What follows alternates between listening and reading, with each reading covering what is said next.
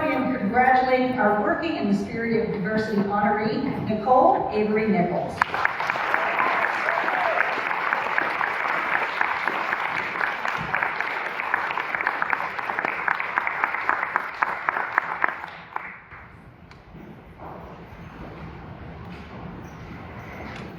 Good evening, and thank you so much. I'm really happy to be here. I have a few things to say. We've been waiting for a couple of years to come together, and it's just such a wonderful occasion. Congratulations to Jim, and congratulations to all the students who won awards. In my professional bio, I contend that I am a journalist and a storyteller, an experienced media manager who from the very start was committed to creating space for underrepresented people. What I do not say is that I am a descendant of red Alabama clay and mortar, triumphs and tears, born in the green sprawl of Long Island, New York, to Black parents from the city of South. All that I am, personally and professionally, has been shaped by my ancestors, the brick mason grandfather who built half a town armed with artistic talent and a third-grade education, the newspaper columnist grandmother who fought for fair wages and once sold cups of flavored ice to support 5 children, the horticulturist father who hosted a US president and led efforts to restore a National Historic Site after it was damaged by the collapsed Twin Towers on 9/11.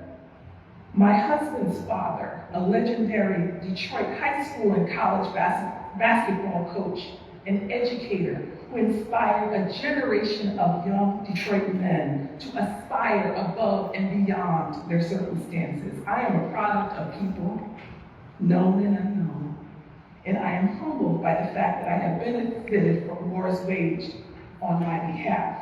There is a place for me in the world and in our chosen profession because somebody made space. Ben Burns made space.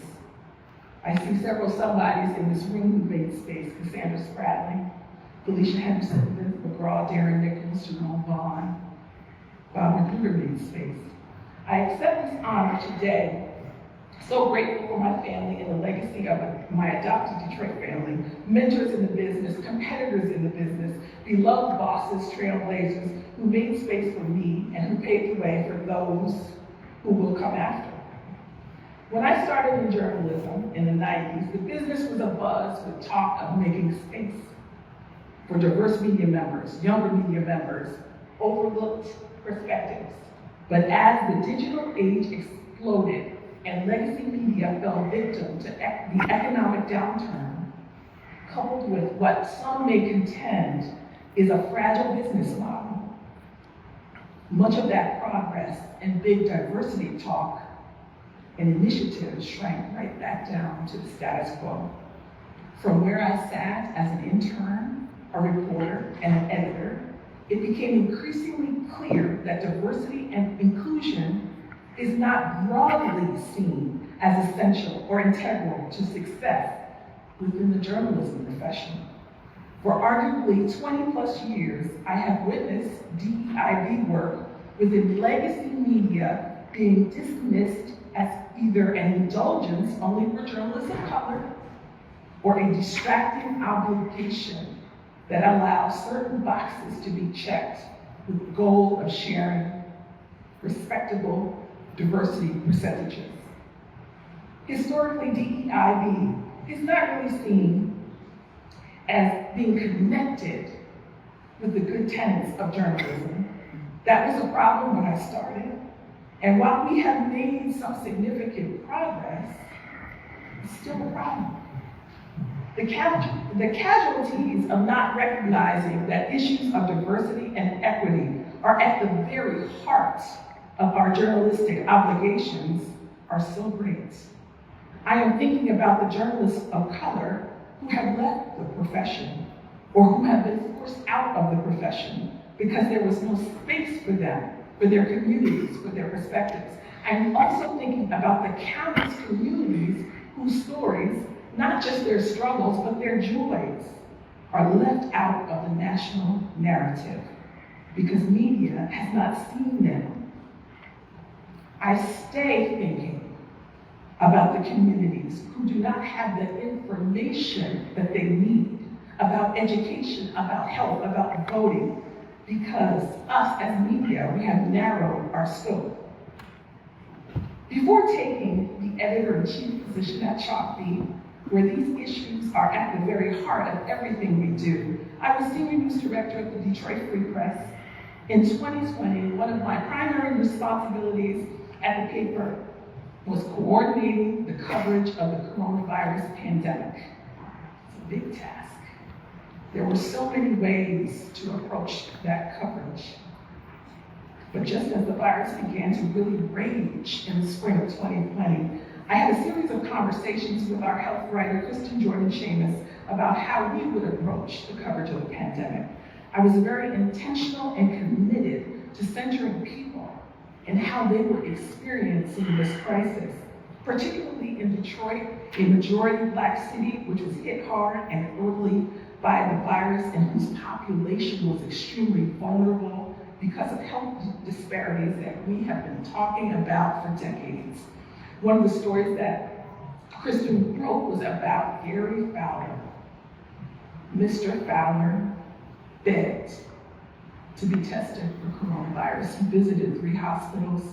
He was turned away each time. He struggled to breathe. He was still turned away.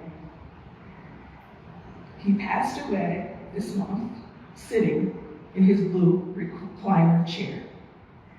That story centered on how health disparities assaulted people of color during the pandemic. It also addressed how institutional racism and unconscious bias in the medical profession conspired to impact the health outcomes of Black and brown folk.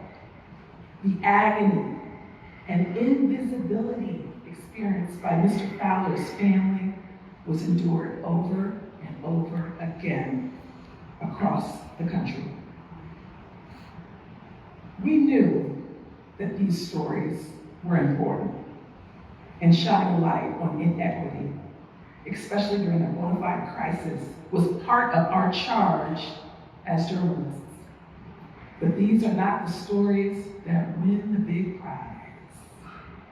But somebody said once, "I'm so glad that trouble don't last always." This week, I watched the trailer for the upcoming documentary, The Color of Care, by the Smithsonian Channel and Harpo Productions. And Oprah Winfrey starts off that trailer recalling the story of the Fowler family.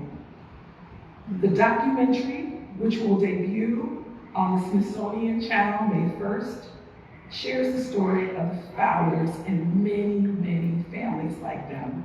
Oprah read about Mr. Fowler in our Free Press story, which ran in USA Today. That story was the catalyst for a year-long multi-platform initiative and education campaign that will work to prepare current and future doctors, nurses, and medical professionals so that they can play an active role in combating systematic racism in the delivery of health care. What we do matters. I am prayerful that real change will come and stick. But until then, for as long as I work in newsrooms, and for as long as you all teach and have gyms, we will all continue to make space for people. This room is filled with people who feel the same, I'm sure. And to the gym students, we are counting on you eventually to take it from there. Thank you.